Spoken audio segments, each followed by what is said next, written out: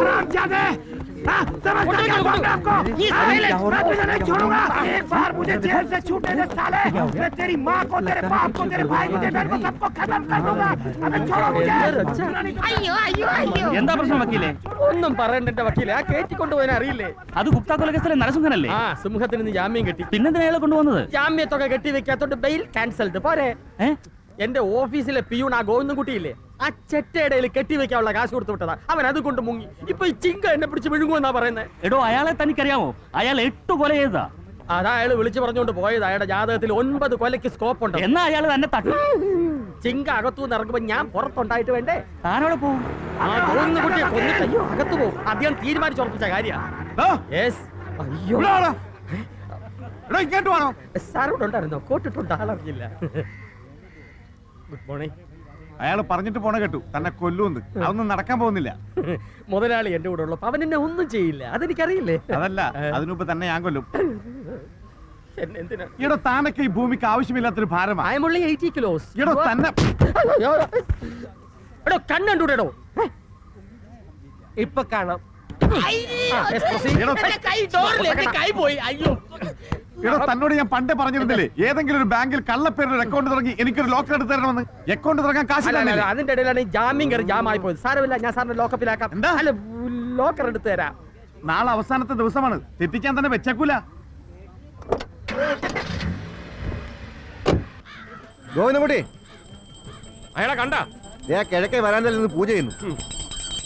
ഭഗവാനെ, ഭഗവാൻ, ഇന്നക്ക് 36 ദിവസമായി.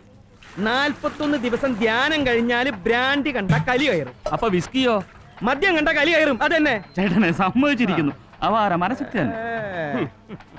ഭഗവാനെ, ഇയാളെ ഒരു ഒടുക്കത്തെ പൂജ. തീപ്പെട്ടി വെച്ച കാണൂല. ഉള്ള തിരിയും വിളക്കും ഒക്കെ കത്തിച്ച് തീപ്പെട്ടി മുഴുവൻ തീർക്കും.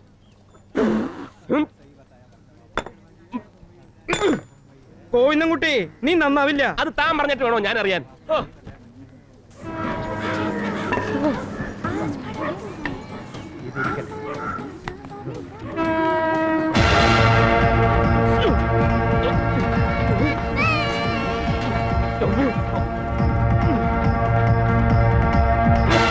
ചേട്ടാ, എന്റെ ഭാര്യ അല്പം സുന്ദരിയായപ്പോയതുകൊണ്ട് ചിലരൊക്കെ എന്റെ വാതൊക്കെ കിടന്ന് കറങ്ങുന്നുണ്ട്. എന്താ ഇപ്പൊ ചെയ്യുക? ഇത്തിരി ആസിഡ് എടുത്ത് ആ സുന്ദരിയുടെ മുഖത്തൊഴുക്കി. അപ്പൊ അവളുടെ സൗന്ദര്യം പോയി കിട്ടും. തനിക്ക് സമാധാനല്ലേ വേണ്ടു? കാലത്ത് എഴുന്നേറ്റ് ഓരോരുത്തർമാർ വരും. അമ്മ സുന്ദരിയാണ്, പെങ്ങള് ചരക്കാണ്, അച്ചാച്ചൻ അമ്മാമനെ കൊണ്ടുപോകും. ആ ഗോവിന്ദൻകുട്ടി മുറിയിലുണ്ടോ? അവനൊരു തീപ്പെട്ടിക്കുള്ളി അന്വേഷിച്ച് തെണ്ടി ഇറങ്ങാനുണ്ടു. താൻ അവനെ കണ്ടാ പറഞ്ഞേരെ, ഞാൻ അവനെ കണ്ടാ എടുത്ത് കോണ കൊടുക്കുന്നു. കോണകെടുക്ക്. അങ്ങനെ ഒരു സാമാനം ഉണ്ട്, കാണണോ? വേണ്ട, എന്റെ കാര്യം എന്തായി? എന്താവാൻ? 41 ദിവസം കഴിഞ്ഞ് തമ്പുരാനെ കണ്ട് സമസ്ത അപരാധം പറയും. അദ്ദേഹം ക്ഷമിക്കും. അവൻ എങ്ങോട്ട് പോയടോ? കാളയെ കയറ് ഊരി വിടുന്ന പോലെ കാലത്ത് വിടുന്ന് പോവും. താൻ ആ ബസ് സ്റ്റാൻഡിലെങ്ങാൻ പോയി നോക്ക്.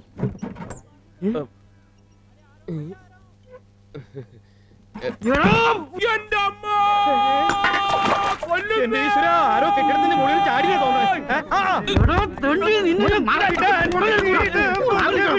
എന്താ കാര്യം പറയാൻ പറ്റില്ല. നെഞ്ചത്ത് കയറി പറയണോ? എന്താ കാര്യം പറയണോ? അതല്ല, നാണം കെട്ട കേസാ. എവരോ ഇയാളുടെ ഭാര്യയും കൂടെ. നിനക്ക് ചെയ്യാല്ലേ? അടിച്ച് ഷേപ്പിയാ മതി. അവന്റെ പല്ല് കുത്തി മണപ്പിച്ച് നാറ്റ കേസാക്കണ്ട. കാര്യത്തിന്റെ ഗൗരവം എത്രയുണ്ടെന്ന് മനസ്സിലാക്കിയിട്ട് ഒരു തീരുമാനം എടുക്കുന്നതാണ് എല്ലാവർക്കും നല്ലത്. കാശ് കൊണ്ടുവന്നിട്ടുണ്ടോ? കാശു ആ ബാഗിലായിരുന്നു. പോലീസ് സ്റ്റേഷനിൽ കംപ്ലൈന്റ് കൊടുത്തിട്ട്. അതൊന്നും പറഞ്ഞിട്ട് കാര്യമില്ല. തന്റെ ജോലിയും വിസയും റെഡിയാ. പക്ഷെ കാശില്ലാതെ ഒന്നും നടക്കില്ല. സർ, ആ അടുത്ത ആളെ വിളിക്കേ. സർ, തന്റെ ക്വാളിഫിക്കേഷൻ കണ്ടാ വിളിപ്പിച്ചത്. അടുത്ത 21-ാം തീയതി വരെ സമയമുണ്ട്. അതിനകം കാശ് കൊണ്ടുവന്നാ മതി. സർ, പോടോ. ഓ, വെറുതെ ആളെ മെനക്കെടുത്താതെ. ആ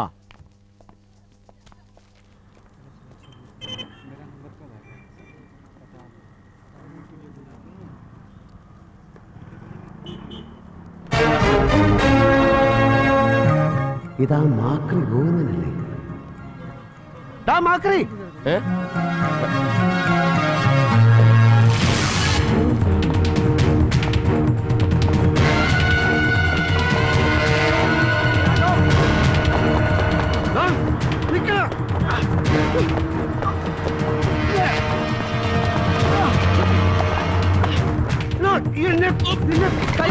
വിചാരിച്ചല്ലോ.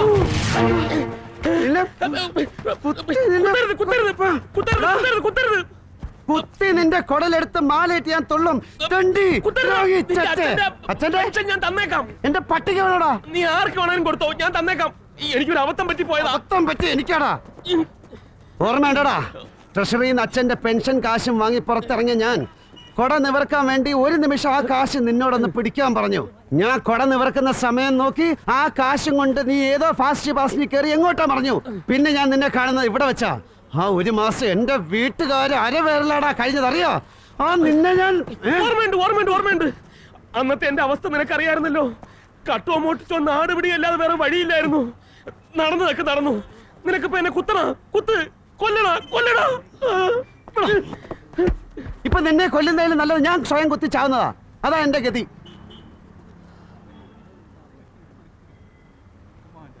എണീക്ക്.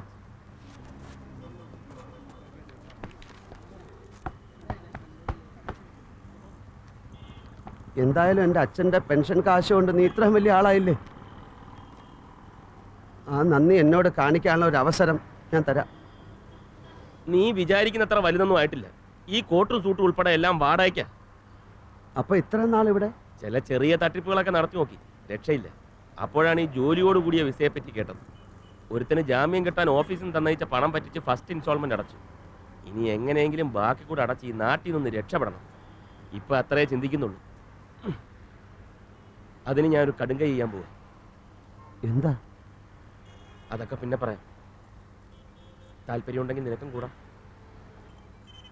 എന്ത് ചെയ്യണമെന്നൊരു പിടിയും കിട്ടാത്ത നിലയിലാണ് ഞാൻ. കടക്കാരെ കൊണ്ട് പൊറുതുമുട്ടിയപ്പോ അമ്മ അടുക്കള ജോലിക്ക് വരെ പോകാൻ തുനിഞ്ഞതാ. പിന്നൊന്നും ചിന്തിച്ചില്ല. വേറെ നിവർത്തിയില്ലാത്തോണ്ട് ചെയ്തതാ മോനെ. നിവൃത്തിയില്ലാന്ന് പെണ്ണിനെ എന്റെ തലയെ കെട്ടി വെക്കുമ്പോൾ ആലോചിക്കണമായിരുന്നു. ആദ്യം കാശ് തരാന്ന് പറഞ്ഞു, അത് കിട്ടിയില്ല. പിന്നെ വീട് തരാന്ന് പറഞ്ഞു, ഇപ്പൊ അതും പണയം വെച്ചു. ജോലിയോട് കൂടിയ വിസയാണ്. 1,00,000 രൂപയ്ക്ക് ഇപ്പൊ ഞാൻ എവിടെ പോവാനാ? ജോലി കിട്ടിയ 2 വർഷത്തെ ശമ്പളം മതി ഈ കടം വീട്ടാൻ. അപ്പൊ ഒരു കാര്യം ചെയ്യാം, കടമൊക്കെ വീട്ടി കാര്യങ്ങളൊക്കെ ശരിയാണവരെ പെണ്ണിവിടെ നിൽക്കട്ടെ. ആ നിന്നോട്ടെ. അപ്പൊ എന്റെ ജീവിതത്തെക്കാൾ ഏട്ടന് വലുത് ഏട്ടന്റെ വിസയാണല്ലേ? വിസ വാങ്ങി ദുബായിൽ പോയി കൊട്ടാരം കെട്ടി വാഴാനല്ല ഞാൻ പോകുന്നത്. എന്തെങ്കിലും പണി ചെയ്ത് 10 കാശുണ്ടാക്കിയില്ലെങ്കിൽ ഈ വീടും പറമ്പും കൂടെ കടക്കാർ കൊണ്ടുപോകും. നിന്റെ അമ്മയും പെങ്ങളും ചേട്ടനും കൂടെ തെരുവിലിറങ്ങി തെണ്ടേണ്ടി വരും. അത് കാണാനാണ് നിനക്ക് മോഹമെങ്കിൽ ഞാൻ പോണില്ലെന്ന് വെക്കാം. വിധി ഇപ്പൊ എന്നെ ഇവിടെ കൊണ്ട് നിർത്തിയിരിക്കുക. ഇനി എന്തെന്നൊരു ചോദ്യമായിട്ട്.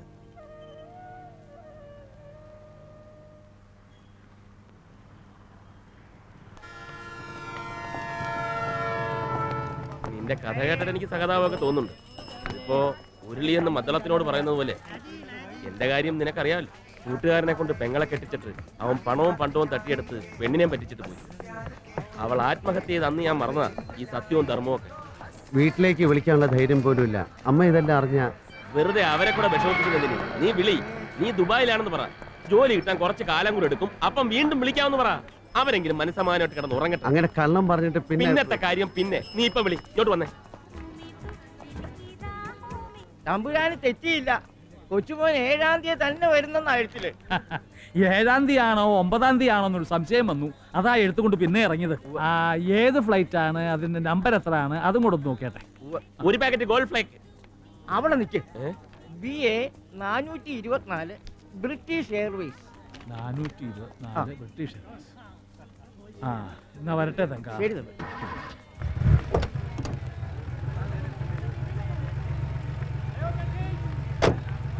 വിവരക്കേട് നിന്റെ കൂടപ്പറപ്പ. തമ്പുരാൻ എഴുത്ത് വായിക്കുന്നതിനിടയ്ക്ക് അവന്റെ ഒരു ഗോൾഡ് ഫ്ലേക്ക്. ഈ മാസം പച്ചടൽപ്പം കൂടുതലാ. 1-ാം തീയതി കഴിഞ്ഞാൽ 10 പൈസയുടെ സാധനം ഞാൻ നിനക്ക് തരത്തില്ല. ഒരു കാർ ആക്സിഡന്റ് 2 കണ്ണും പോയതാ. ഇയാളെയും ഇയാളുടെ ഭാര്യയുടെയും. രണ്ടും പൊട്ടക്കണ്ണന്മാരാ. പൂത്ത കാശ. ചെമ്പൂരാ താമസം. ഒരു കാലത്ത് ഈ തെരുവിന്റെ പകുതി ഇവരുടേതായിരുന്നു. നാട്ടിലുള്ള ഏതോ രാജകുടുംബത്തിന്റെ താവഴിയാ. കൊട്ടാരം പോലൊരു വീടുണ്ട്. നിനക്കറിയോ ഇവരെ? ഒരിക്കലൊരു പൂട്ട് നന്നാക്കാൻ പോയ കണ്ടിട്ടുണ്ട്. പൂട്ടെന്ന് കേട്ടിട്ടില്ല? അത് നന്നാക്കാൻ പോയപ്പോ കണ്ടിട്ടുണ്ട്. ഇയാടെ ഒരു കൊച്ചുമോൻ അമേരിക്കയിലുണ്ട്. ഈ അടുത്ത കാലത്ത് വരുമെന്നാ ഹിന്ദി പിള്ളേർ എടുപ്പിക്കരുത്. തലേ കയറി ഇരിക്കുവേ. കളഞ്ഞിട്ട് വാ.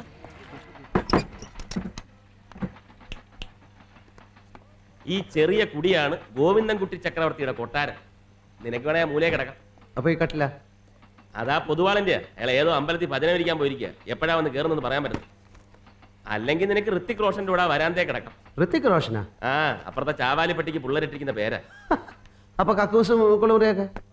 കുളി നമ്മളിപ്പോ കണ്ട ടാങ്കിലാവും. ആ. കക്കൂസ് ഇതിന്റെ പുറകിൽ ഒരു റെയിൽവേ ട്രാക്ക് ഉണ്ട്, അതിന്റെ പുറത്ത് കയറി ഇരുന്നാ മതി. അയ്യേ, അയ്യോ മൊത്തമൊന്നും വിളിച്ചിട്ട് കാര്യമില്ല.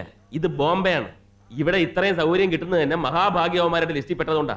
2 എണ്ണം അടിച്ചിട്ട് ചെകുത്താനെ പ്രാർത്ഥിച്ചിടന്ന് ഉറങ്ങാൻ നോക്കും. ചെകുത്താനെ? അതേടാ, ഇക്കാലത്ത് ദൈവത്തിനെ ഒന്നും പ്രാർത്ഥിച്ചിട്ട് ഒരു കാര്യമില്ല. ഇപ്പൊ ചെകുത്താനാ സ്ട്രോങ്.